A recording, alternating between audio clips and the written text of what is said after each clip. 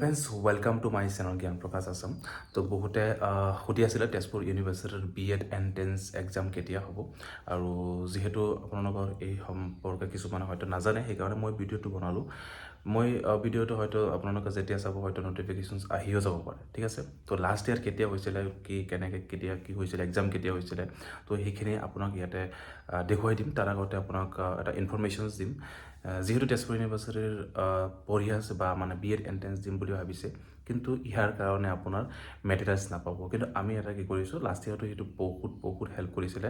বহুত ষ্টুডেণ্টে পিছত যিটো কোৱালিফাই কৰিলে কয় ছাৰ অনলি আপোনাৰ এই বুকটোৱে কৰিছিলোঁ।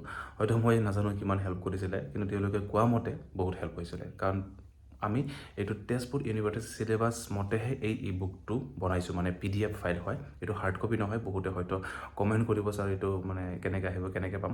এইটো PDF ফাইল হয়, ডেছক্ৰিপশ্যন লিংকে থাকিব। পে'মেণ্ট কৰাৰ লগে লগে আপুনি পাই যাব। আৰু বেষ্ট চ'ৰ্চ হয় আপোনাৰ তেজপুৰ ইউনিভাৰ্চিটিত যিখিনি লাগে, মানে বহুত টপিক আছে এনেকুৱা আপুনি বিচাৰিও নাপায় ক'তো। তো সেইবোৰ টপিকো ইনক্লুড কৰি দিয়া আছে। টপিক ৱাইজ সেইটো মানে কণ্টেণ্টটো আছে, প্লাছ আপোনাৰ সেইটোত MCQ দিয়া আছে। চ' বহুত ভাল হয়, আপুনি চাই ল'ব। আৰু ইয়াতে দেখুৱাম আপোনাক।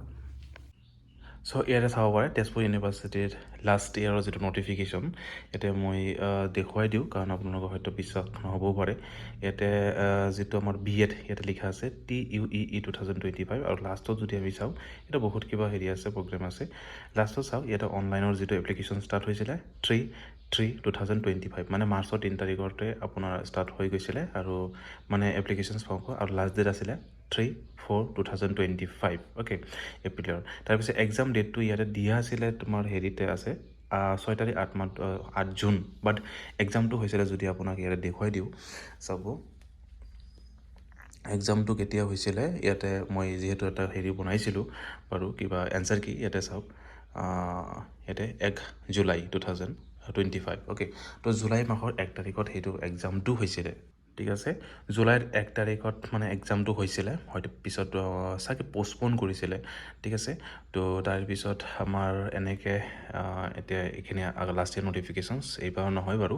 যেতিয়া নটিফিকেশ্যন ওলাব মই এই ভিডিঅ'টিত বা এই চেনেলটোৰ জৰিয়তে মই আপোনাক জনাই দিম। তাৰ কাৰণে এই চেনেলটি ছাবস্ক্ৰাইব কৰি ৰাখিব। আৰু যিখন ইবুকৰ কথা কৈছোঁ সেই ডেছক্ৰিপশ্যন লিংক দিয়া থাকিব। আমাৰ গ্ৰুপো আছে, সেই গ্ৰুপৰ লিংকত দি দিম, বা গ্ৰুপবিলাকত জইন কৰি ল'ব। যিমান ইনফৰমেশ্যনছ আহে লেটেষ্ট তাতেও চেণ্ড কৰি দিম, ঠিক আছে।